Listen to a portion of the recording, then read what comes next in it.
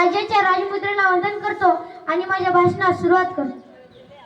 मित्रांनो, छत्रपती शिवाजी महाराजांबद्दल बोलणे इतका मी नक्कीच मोठा नाही, पण छत्रपती शिवाजी महाराजांबद्दल जाणून घेत असताना मला त्यांच्याबद्दल जे कळले ते मी तुमच्या समोर प्रामाणिकपणे मांडण्याचा प्रयत्न करत आहे.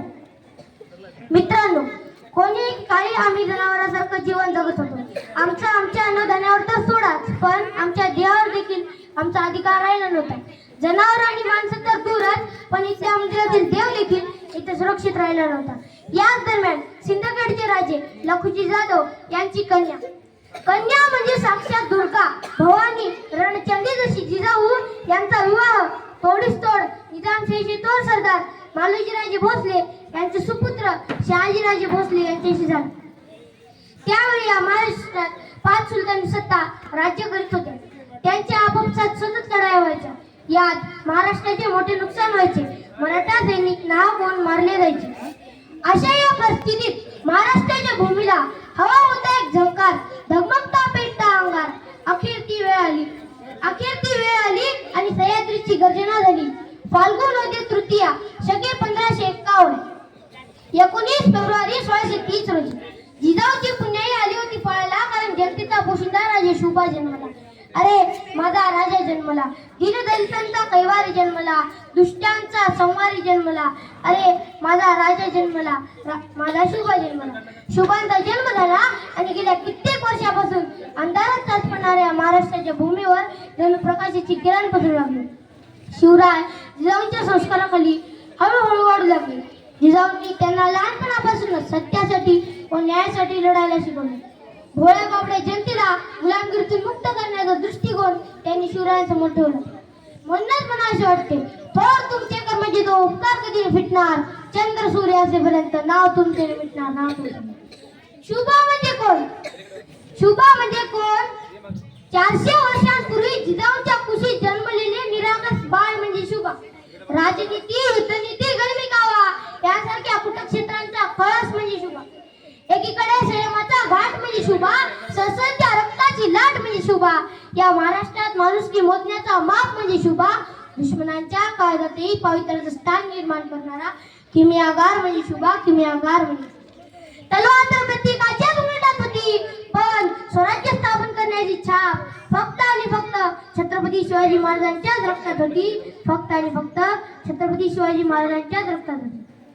मित्रांनो, शिवाजी हा केवळ 3 अक्षरी शब्द नाही, तर तो एक मंत्र आहे आणि तो मंत्र उच्चारतात अंगातलं रक्त सळसळायला लागतं आणि एकीकडे सकारात्मक ऊर्जेचा प्रवाह तयार होतो. मित्रांनो, छत्रपती शिवाजी महाराजांचा वारसा सांगणारे आपण, स्वतःला सुशिक्षित म्हणून घेणारे आपण, स्वतःच्या जन्मकुंडल्या घेऊन आला अपयश की करतो आत्महत्या, नाहीतर लावतो बाटली तोंडाला, आली शिवजयंती जवळ घालतो वाद, करतो भांडण त्यांचेच जन्मतारकावर म्हणून. म्हणजे काय आदर्श घेतो आपण नाही.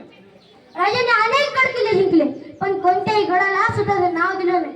राजांना अनेक संकटे आली, पण राजांनी कधी आत्महत्येचा विचार केला नाही, कधी व्यसनाच्या आहारी गेले नाही. आज खऱ्या अर्थाने गरज आहे की छत्रपती शिवाजी महाराजांना जाणून घेण्याची, त्यांना समजून घेण्याची.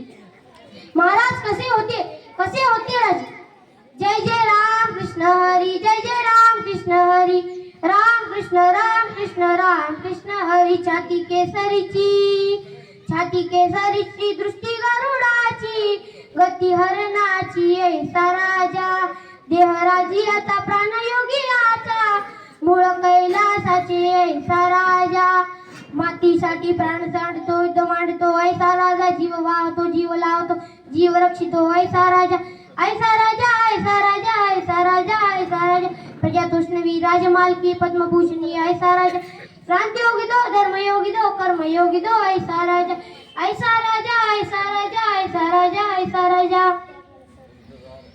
भगवद्गीतेत सांगितलं आहे की कर्मण्येवाधिकार असते मा फलेषु कदाचन, मा कर्मफले तुर्भुर माते संगोत सकल. याचा अर्थ असा की कर्मावर माणसाचा अधिकार आहे, मात्र फळ कधी कसे कुठे मिळणार हे त्याच्या हातात नाही. कर्माचे फळ कर्मातच असल्यामुळे माणसाने फळाची अपेक्षा न करता काम करत राहिलं पाहिजे. तसेच छत्रपती शिवाजी महाराजांनी हिंदवी स्वराज्य स्थापन केले.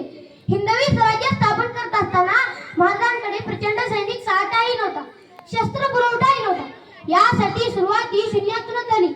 महाराजांनी सैनिके गोळा केली नाही तर स्वराज्यावर प्रेम करणारी माणसं गोळा केली आणि त्यांच्या हातात शस्त्र दिले. यातून स्वराज्य निर्माण झाले. स्वराज्यासाठी आयुष्यभर शत्रूला लढला होता. प्रतापगडाच्या पायथ्याशी अफजल खानाला पाडला होता. पुण्यात शाहिस्तेखानाला पुरता कोंडला होता. पुरंदरच्या पायथ्याशी मिर्झाशी चातुर्याने लढला होता. आग्र्याला जाऊन खुद्द औरंगजेबाला भिडला होता. महाराष्ट्राच्या मातीत युगपुरुष माझा शुभा राजा घडला होता. माझा शुभा राजा. मित्रांनो असं म्हणतात ना, भारतासारखा देश नाही, महाराष्ट्रासारखं राज्य नाही, पंढरपुरासारखं तीर्थ नाही, पांडुरंगासारखं दैवत नाही, ज्ञानोबासारखे संत नाही, ज्ञानेश्वरीसारखा ग्रंथ नाही, वारकरी संप्रदायासारखा पंथ नाही, रामकृष्ण हरीसारखा मंत्र नाही, रामायणासारखी आचारसंहिता नाही, दशरथासारखा बाप नाही, कौशल्यासारखी माय नाही, प्रभू रामचंद्रासारखा पुत्र नाही, सीतेसारखी सून नाही, उर्मिलेसारखी जाऊ नाही, भरतासारखा भाऊ नाही, लक्ष्मणासारखे बंधू नाही, हनुमंतरायासारखा सेवक नाही, विभीषणासारखा मित्र नाही, रावणासारखा शत्रू नाही, कोल्ह्या इतका लबाड नाही, कावळ्या इतका घृत नाही, कादळा इतका काळा नाही, लोण्या इतका मऊ नाही, माणसाच्या शरीरासारखं दुसरं कुणाचं शरीर नाही आणि छत्रपती शिवाजी महाराजांनंतर पुन्हा राजा होणे नाही. इंद्रजिमी जंब पर बाणव सुवंब पर रावण सदंब पर रघुकुल राजे पौर बारी बाह पर संपूर्ती नाह पर जो सहस्त्र बाह पर राम दिजराजे. हृदयात माऊली रैतेस सावली गडकोट रावळी शिवशंकर हा मुक्तीची मंत्रणा युक्तीची यंत्रणा वरदृष्ट्या दुर्जना प्रलयंकर हा संतास रक्षितो शत्रूंनी खंडतो भावंड भावना संस्थापितो ऐसा युगे युगे स्मरणीय सर्वदा माता पिता सदा शुभुपतो